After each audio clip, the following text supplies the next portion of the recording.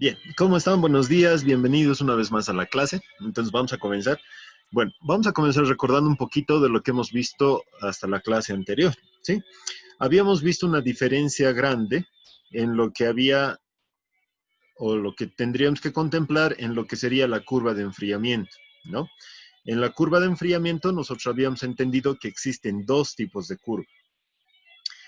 Una que hace referencia a un metal puro y habíamos dicho bien claramente que esta tal vez no lo vamos a tener o vamos a verla mucho tiempo, ¿sí? En alguna ocasión vamos a tener la posibilidad de analizarla, ¿no? Pero sobre todo las diferencias estaban en la siguiente forma, ¿no? Fíjense ustedes que en esta curva de enfriamiento ideal respecto de la real, ¿sí? En la ideal, si hablamos de un metal puro, teóricamente nos dice que la temperatura de vertido es constante. En cambio, en una temperatura real, no se olviden que nosotros debemos darle un delta T o un incremento de temperatura que esta sería igual a la temperatura de sobrecalentamiento. Y después, al momento de llevar el crisol, ¿sí? Hasta el molde, nosotros lo que vamos a tener básicamente es un enfriamiento. Y eso ustedes lo han podido observarlo en las fotos incluso que les había mostrado, donde el crisol de un color blanco, ¿sí? Donde hemos definido que el color blanco indica que esa temperatura es la más alta del sistema, ¿ya? Va cambiando un color rojo cereza, ¿no? Y tomando en cuenta que el rojo cereza ya va a ser una temperatura inferior. Bien, y después habíamos hablado que existe un enfriamiento del líquido, ¿no? Un enfriamiento del líquido. Pero igual este líquido está cediendo calor al molde, entonces estamos perdiendo la temperatura. Estamos cediendo la temperatura a las paredes del molde, ¿sí? Y bueno, finalmente inicia la solidificación. Pero ahora, con el inicio de la solidificación, si bien en una curva ideal es constante, ustedes tengan en cuenta que igual seguimos cediendo temperatura, de lo contrario no estaríamos hablando de solidificar, podría mantenerse líquido, ¿no? Entonces, una de las características es que cuando estamos realizando ya todo el descenso de la temperatura, ¿sí? ¿Qué va a pasar? Que en realidad nosotros tenemos un gradiente, ¿sí? Aunque muy bajo, pero igual tenemos una disminución y no constante como nos dice en el ideal. Bueno, y finalmente hacemos un gradiente de enfriamiento ya también de lo que ya sería el sólido, porque no se olviden que en este punto ya hubiéramos acabado, ya hubiéramos solidificado. Entonces, si es así, si ya solidificado, este sólido va a poder enfriar, ¿cierto? Va a poder enfriar. Pero ¿hasta cuándo va a enfriar? Máximo hasta la temperatura ambiente que tengamos, ¿ya? Entonces, eso ustedes también tienen que diferenciar. Ahora, en esta temperatura de sobrecalentamiento, básicamente nos estamos apoyando en lo que denominamos la temperatura de fusión. Pero algo bien importante es nombrar que esa temperatura de fusión, ¿sí? No es otra cosa que la temperatura en una curva ideal, vamos a decir, ¿ya? ¿Por qué? Porque en realidad, como nosotros trabajamos con aleaciones, ¿ya? Estamos hablando de dos temperaturas, ¿sí? Dos temperaturas. Entonces, básicamente esta parte del sobrecalentamiento, si bien se apoya en la temperatura de fusión del metal puro, ¿ya?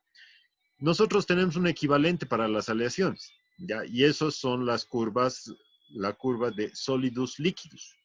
Esa curva de sólidos líquidos tendrá que ser la suficiente como para decir que esta parte, sí, esta parte que nosotros estamos considerando que sería el cambio de estado, va a responder a dos curvas, ¿no? Donde en estas dos curvas hay incertidumbre de en qué parte todavía es sólido y en qué parte es líquido. Solamente va a ser presente esto cuando tengamos una aleación. Ahora, ¿qué hemos hablado de eso? Con respecto de esto, habíamos dicho, ¿sí? Que si bien yo tengo una curva temperatura versus aleación, ¿sí? Voy a hablar, miren, si este sería el material A, ¿ya? Y este sería el material B, es decir, son dos elementos componentes, ¿sí? Son dos elementos componentes de la aleación, ¿ya? Entonces, quiere decir que cuanto más contenido tenga del material A, ¿sí? O sea, que el material B sea de contenido cero, ¿sí? ¿Qué va a pasar? Solamente tengo contenido del material A. Mi temperatura de fusión claramente sería esta, ¿no? Ahí ustedes pueden ver, ahí estaría mi temperatura de fusión para el material A. ¿Qué pasa si lo voy combinando? ¿O qué pasa si solamente ahora mi material es el material B? Entonces, ¿no les parece que ya también mi temperatura de fusión solo sería este punto? ¿Sí? O sea, solamente sería este punto, ¿no? Ahora, ¿qué pasa si combinamos el material A con el material B? Entonces, lo que se puede hacer es que vamos a trazar una recta, ¿sí? Y vamos a definir, si quiero el 50% de aleación, ya que más o menos yo lo voy a colocar por aquí, ¿sí? Yo lo voy a colocar por aquí, ahí está, ¿sí? Entonces, miren, llego a la recta y ¿cuánto ahora es esa temperatura de fusión de la aleación? Miren que está ahí al medio. Entonces, algo que ustedes tienen que darse cuenta, ¿sí? Es que esta temperatura que hemos podido encontrar es una temperatura de aleación. Y esa será la temperatura que debo tomar en cuenta para cambiar el estado. ¿Por qué es importante esto? Porque, ¿qué pasa si lo coloco a la temperatura máxima? Puede ser que el material A se vaya a saturar. La estructura del material A pueda cambiar en alguna forma, ¿no? Entonces, por eso es necesario en aleaciones conocer esta curva de sólidos líquidos, donde toda la parte de abajo, claro, va a ser la parte sólida, y para que cambie de estado, tendré que evaluar una temperatura de fusión. Y esa temperatura de fusión deberé sacar respecto de la aleación. ¿Qué pasa si mi porcentaje de aleación tiene más contenido del material B? Si tiene más contenido de material B, lo único que va a pasar es, claro, que yo voy a ir más propenso a B y miren qué pasaría con mi temperatura de fusión. Estaría aumentando, ¿no? Estaría aumentando. ¿Listo? Entonces eso era lo que habíamos visto como curva de enfriamiento. ¿Ya? Bueno, esto como un repaso porque en realidad esta forma me está sirviendo para entender lo que es el tiempo total de solidificación. Y esto era básicamente el principio de Chiborinov, ¿no?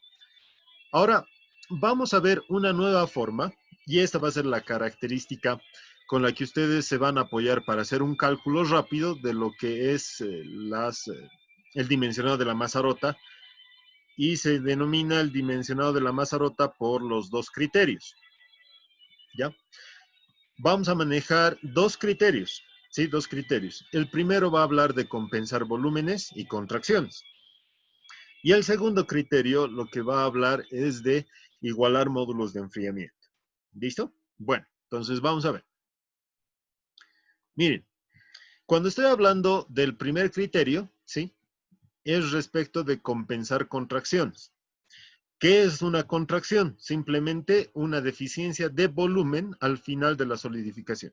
¿Qué quiere decir? Que cuando la pieza ya ha solidificado, el material se ha contraído. Es decir, el volumen que he planteado, ¿sí? Se ha vuelto menor. ¿Y eso por qué? Por el comportamiento del metal.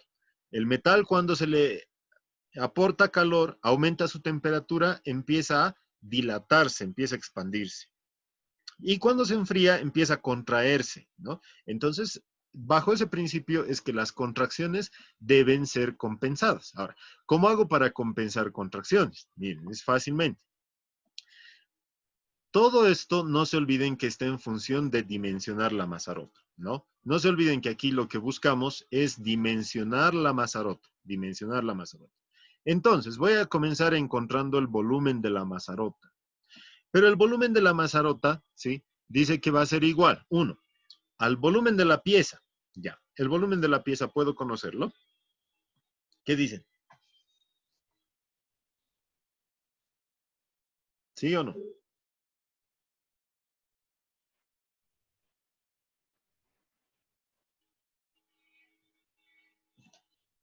Si ustedes tienen que fundir un perrito, ¿sí? Si ustedes tienen que fundir un perrito, ¿sí? Estito. ¿Pueden conocer el volumen de esto o no?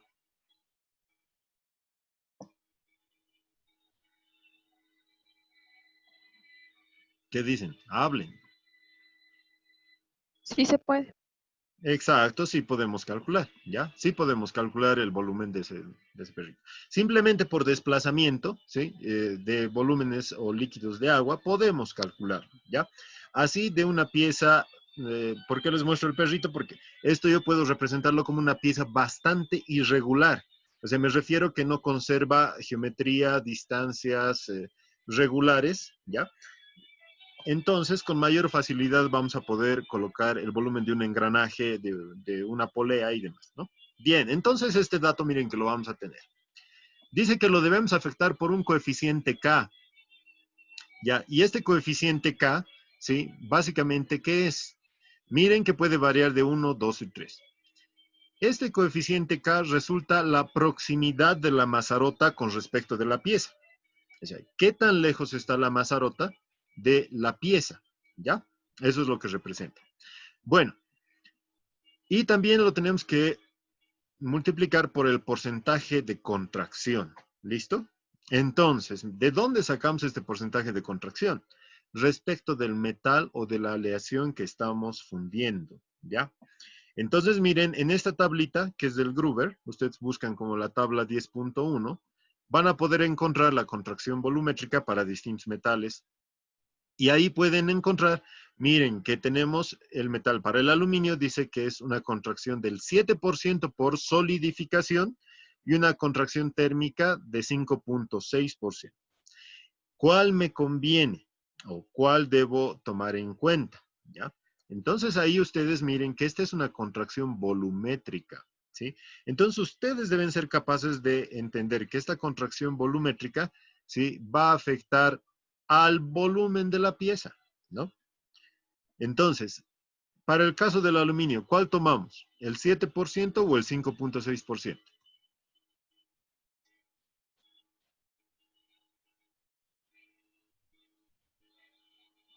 7%. El 7%, correcto. Ya el 7%. Entonces, una vez que nosotros tenemos ya el 7%, ¿sí? Vamos a multiplicar por este coeficiente K y por el volumen de la pieza y obtenemos el volumen de la mazarota. Ahora, no se olviden que la forma de la mazarota ya está definida. ¿Qué forma puede tener la mazarota? Puede ser de tipo cilíndrica, puede ser esférica o puede ser con un techo de domo, o puede ser híbrida, o puede ser mezcla de las dos, ¿no? O sea, puede ser cilindro y puede tener la parte de arriba esférica o de una media esfera, ¿no? Entonces puede tener ambos, ¿listo? Bueno, entonces ahí, ¿y qué básicamente debo conocer aquí? Simplemente el volumen de un cilindro y de ahí despejar la dimensión nada más, ¿no? Listo. Bueno, entonces miren, vamos a hablar ahora del coeficiente K. Aquí esta tabla ya está clara, ¿sí? Pero ahora hablo del coeficiente K. Si este es mi molde, ya, si este es todo el metal en estado líquido que ha sido vaciado, miren, cuando la mazarota, este bloque rojo está representando la mazarota. Cuando la mazarota está en contacto con la cavidad principal, pero me estoy refiriendo que está sobre, a un costadito, no importa, pero está pegada a la pieza, a la cavidad principal, ¿sí? Entonces ahí me estoy refiriendo a un coeficiente K igual 1. ¿Listo? Entonces, miren que se refiere a la posición de la mazarota. Entonces, cuando la mazarota está en contacto, les reitero, les repito, está en contacto con la cavidad principal, voy a tener un coeficiente K igual 1. ¿Listo? Bueno, ¿cuándo va a ser 2? Vamos a tener un coeficiente K igual 2, ¿ya? Cuando pongamos la mazarota, ¿sí? Y la sombra, miren, de la última parte superior, del límite máximo superior, la sombra a 45 grados toque la pieza, ¿sí? Toque la cavidad principal. Una forma para asegurarse que estamos próximos a la pieza. Es decir, un coeficiente 2 quiere decir que la mazarota está en una posición cercana, está próxima a la cavidad principal. ¿Listo? Bien, entonces, ¿cuándo será K igual 3?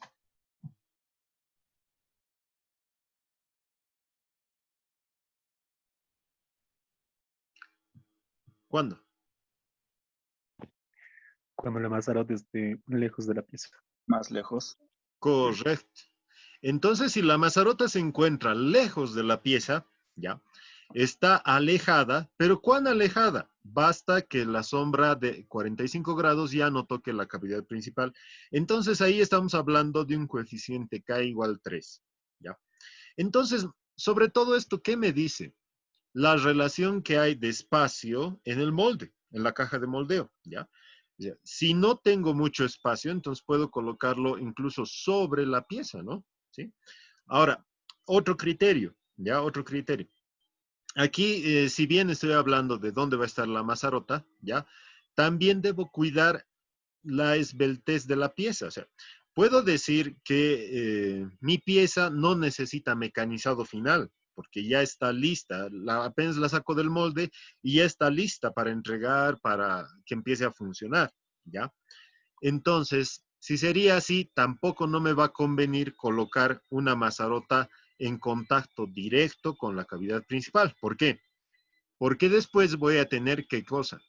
Voy a tener que agarrar una sierra, sí, voy a tener que agarrar una sierra, y esa sierra, lo único que, bueno, que voy a hacer es cortar, ¿cierto? Voy a cortar todo esto. Pero ¿qué va a pasar con esa sierra? Al momento que yo esté realizando todo lo que sea necesario para hacer el corte, ¿sí? Toda esta superficie me va a quedar pues así rugosa, ¿sí? Me va a quedar rugoso, ¿ya? Entonces, ese otro concepto también ustedes tendrán que tener en cuenta. Si es que su pieza ya está lista para trabajar, no conviene colocarle la mazarota pegada a la pieza. Me conviene colocarle un poco alejada, ¿no? Bueno, entonces esos criterios para que ustedes los tengan en cuenta respecto de K, ¿no? Del coeficiente K. Entonces el K igual 3, una mazarota muy alejada, ¿cierto? Listo. Vamos al segundo criterio. A ver, en este primer criterio, ¿alguna pregunta que ustedes tengan? Porque de esto vamos a hacer un ejercicio. Entonces, de esto, a ver, ¿alguna pregunta que ustedes tengan?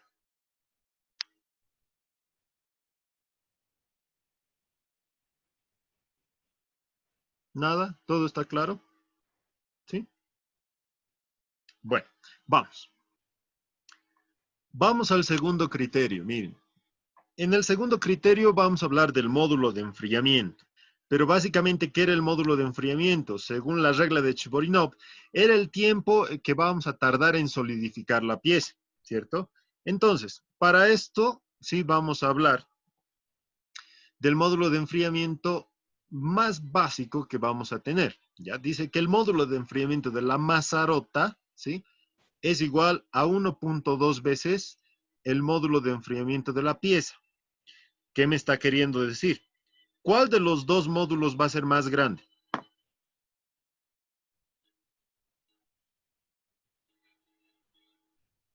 De la mazarota.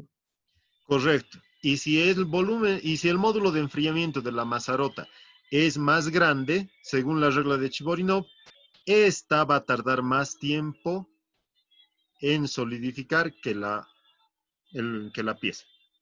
¿Ya? Entonces, básicamente, si me estás diciendo, si este módulo te sale más grande que el módulo de la pieza, va a tardar más tiempo en solidificar.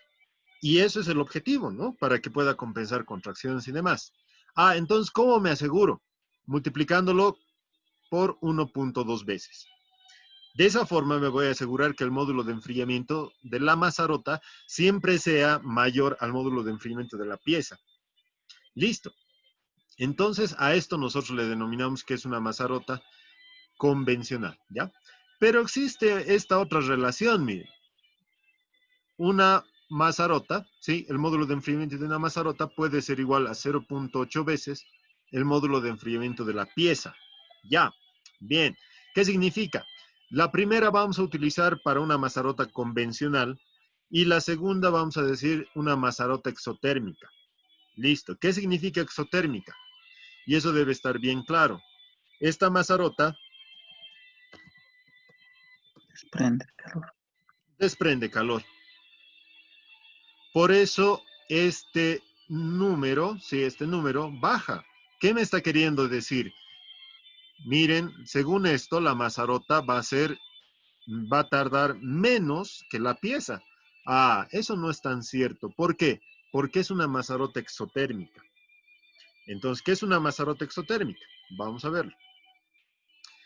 La mazarota exotérmica no es otra cosa, miren, que una vez que yo haya llenado vamos a decir esto así, ¿no? Si esto no está tan bien dibujado, porque en realidad esto está vacío todavía, ¿no ve? Esto está vacío.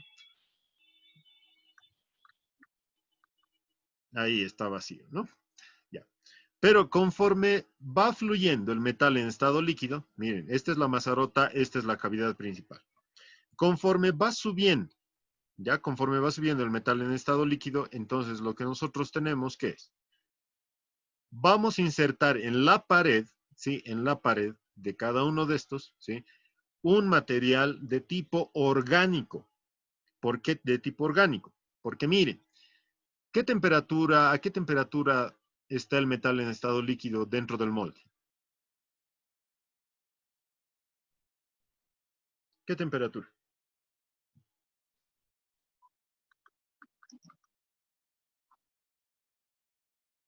Un aproximado. Vamos. ¿Cuánto? Hola. Si es aluminio, ¿a cuánto estará el metal en estado líquido? 600. Puede ser 670, 650. Vamos a ponerle 670, ¿sí? Grados Celsius. ¿Listo? Si está a 600 grados Celsius, ¿qué pasa si le deposito un papelito encima? ¿Qué pasa si le deposito un papelito? ¿Qué va a pasar con el papelito?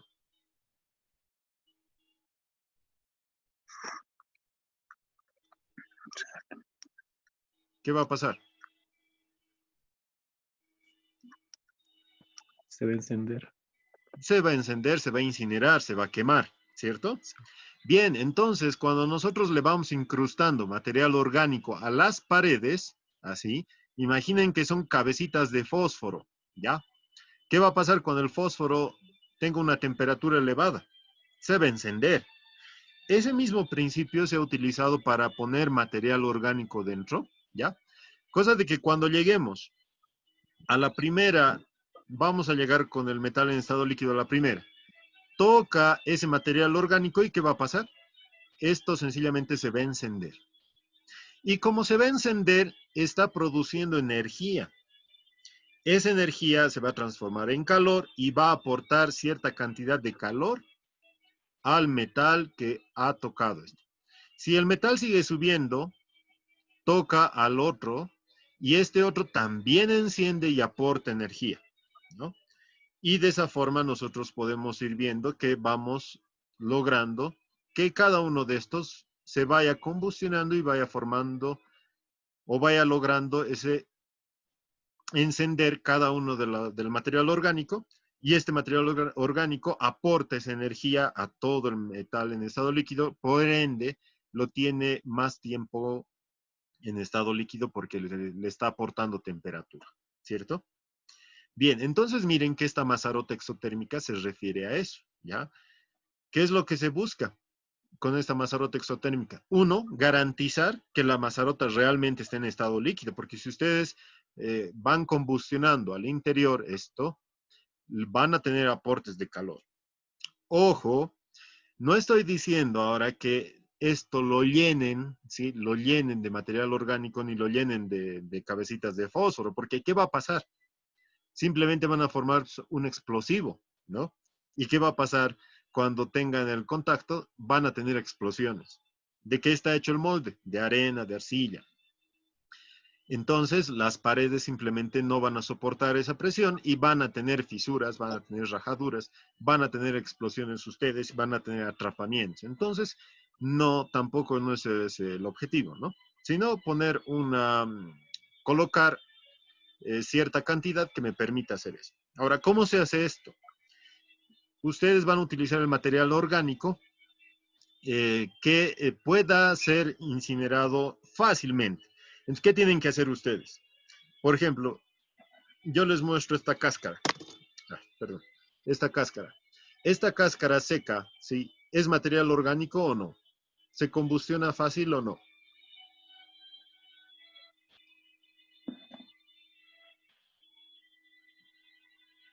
¿Qué dicen? Sí, es orgánico. Ya, me dicen que sí. Bien, es un material orgánico. Entonces, ¿qué van a hacer ustedes? Van a buscar ejemplos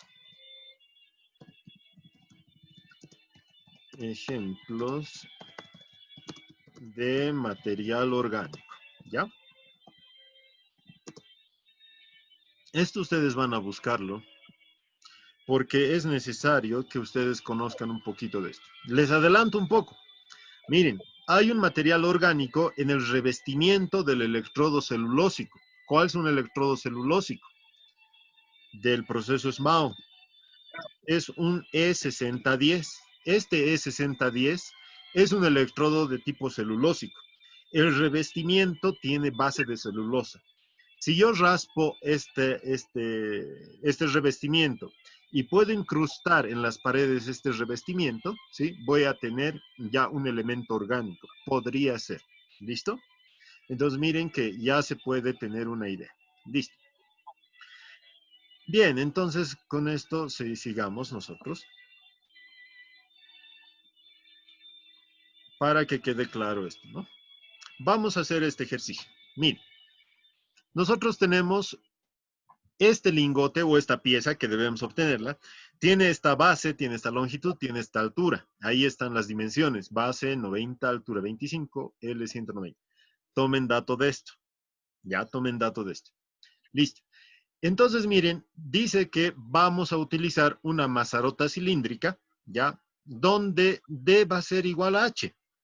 Ya me está diciendo para la mazarota cilíndrica esto. ¿Y por qué me estará diciendo esto? Porque me está diciendo básicamente la relación diámetro-altura va a ser igual aquí a 1, ¿cierto?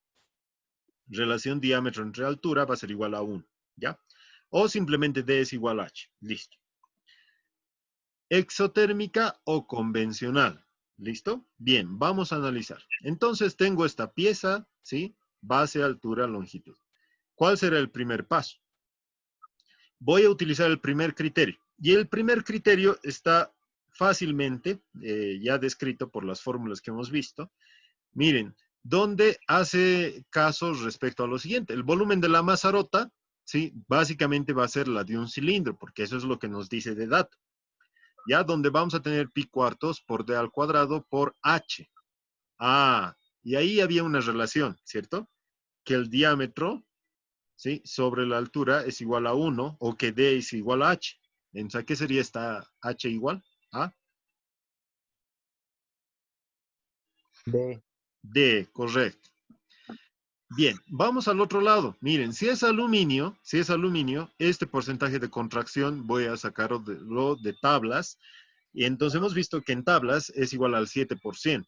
Este coeficiente K, ¿sí? Vamos a tomarlo para que sea próximo, para que esté sobre. Entonces, si no quiero dañar, porque es una superficie muy uniforme, entonces me conviene que sea un coeficiente K igual a 1, 2 o 3.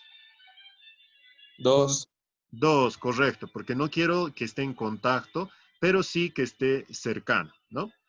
Y finalmente el volumen de la pieza que va a ser base por altura por longitud. Listo. Entonces, ¿qué vamos a tener reemplazando? Básicamente tendríamos eso, ¿no? O sea, D es igual a H, entonces aquí ya voy a tener pi por D cuadrado por D, ¿sí? El volumen de la pieza, ¿ya? Y miren, vamos a tener este volumen de la pieza. Por tanto, si igualo y reemplazo, voy a tener igual que este diámetro es igual a la raíz cúbica, ¿cierto? Ah, ya. Entonces, miren, reemplazando todos los valores, lo que obtenemos es que el diámetro es igual a 42.3959. Bien, ¿será necesario tomar todos estos 4 valores de los decimales? Vamos a verlo dentro de un momento, ¿ya?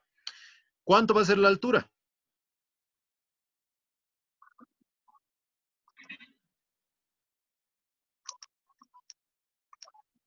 ¿42? Lo La mismo, misma. ¿correcto? Lo mismo, ¿cierto? Ya, lo mismo porque estamos diciendo que D es igual a H. Así de simple es el primer criterio. Con esto garantizamos compensar volumen de contracción. Vamos al segundo criterio. Ya en el segundo criterio, miren, se trata del módulo de enfriamiento. Y este módulo de enfriamiento en realidad es el volumen entre el área. Entonces, miren, como volumen voy a tener simplemente del nuestro lingote, vamos a tener la base por la altura y por la longitud. Listo. Voy a dividirlo entre el área superficial que tengo. Esta área superficial va a ser igual a base por altura, pero de esto tengo 2. Yo les voy a pasar la otra diapositiva a mí. Digo que tengo 2, ¿ya? Porque miren, de esta base por altura se repite también aquí, ¿no? O sea, si ustedes ven, aquí vamos a tener una idea de que estas dos áreas, son la misma, base por altura, base por altura. También vamos a decir que estas otras dos, ¿sí? Esta y esta otra, longitud por altura son las mismas. Y finalmente las caras, ¿no? Las caras también que vamos a encontrar que son las mismas. O sea, la cara de arriba, la base por la longitud y la de arriba con la de abajo también, ¿no? Se refiere a eso, ¿ya? Entonces, si voy a hacer eso, voy a tener que es igual a 2 veces base por altura más altura por longitud más longitud por la base, ¿ya? Y si ustedes hacen esa relación, miren que nuestro módulo de enfriamiento nos sale 9.73. Ahora, con esto, ¿a qué lo tengo que igualar? Me dice una Mazarota exotérmica o convencional. Si es convencional, lo voy a igualar a 1.2 veces, o más bien dicho, el módulo de enfriamiento de la Mazarota va a ser igual a 1.2 veces este módulo. Entonces, miren, lo que va a pasar es que el módulo de la Mazarota, cuando D es igual a H, lo hemos sacado, es igual a D sextos, ¿cierto? Ya. Y si esto lo igualo a 1.2 veces el módulo de enfriamiento de la pieza, ¿ya? Lo que vamos a tener es básicamente un diámetro de igual 70. Listo. Miren que así de fácil hemos sacado D. ¿Cuánto será H? Mismo. Lo mismo, correcto. Ahora aquí viene la pregunta. Este segundo criterio me ha dado este diámetro. Bien, del otro criterio, yo tengo este otro diámetro, 42. ¿Cuál de los dos tomo? ¿Cuál creen?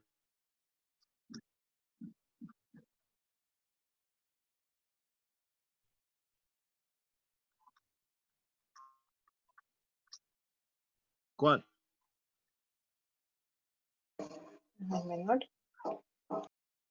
¿El menor? ¿El mayor? Bien, aquí vamos a hablar de un detalle y esta es la parte que ustedes deben comprender. Hasta aquí el ejercicio puede ser muy mecánico, ¿listo? Pero ustedes deben comprender y deben saber analizar perfectamente esta parte. ¿Qué me dice el primer criterio? El primer criterio me está hablando acerca de compensar volumen. Entonces, ¿qué quiero decir con esto?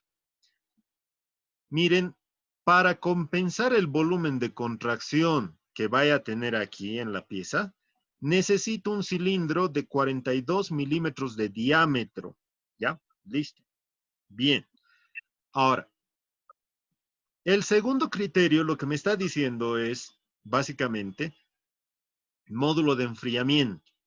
Me está diciendo, si quieres que esta mazarota tarde más tiempo en enfriar que tu pieza, necesitas darle un diámetro de 70 milímetros. ¿Listo? Miren, entonces, yo hago la siguiente relación. A ver, este 42, ¿sí? Me va a compensar volumen. Ya, listo. Pero aparte también necesito que enfríe más lento. Bien, hago la relación. Dentro de este diámetro de 70, ¿está contenido el diámetro de 42? ¿No creen que ahí es un diámetro incluso más pequeñito? ¿Sí? Sí. ¿No creen que incluso la altura de este es también más pequeñito? Sí. Ah, entonces, ¿cuál voy a tomar? El de 70. ¿Ya? El de 70. Voy a tomar el de 70 porque el de 70 me está diciendo que es lo necesario para que tarde en enfriar más tiempo. ¿Y por qué? Porque también contiene las dimensiones del otro. ¿Ya? En algún caso puede salirles al revés. Ya en algún caso puede salirles al revés. ¿Listo? Bueno, ahora estos 4 decimales, miren, no representa mucho porque en la contracción se nos van a agotar toditos muy fácilmente. Entonces lo podemos dejar al número entero. 70 está bien. Y en el otro caso, 42. Ya vamos a hablar de este caso después.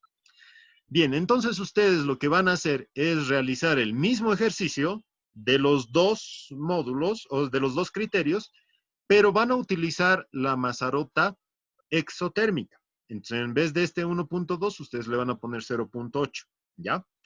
Eso en su cuadernito. Le van a sacar una foto y me lo mandan hasta antes de las 12, ¿listo? Hasta antes de las 12.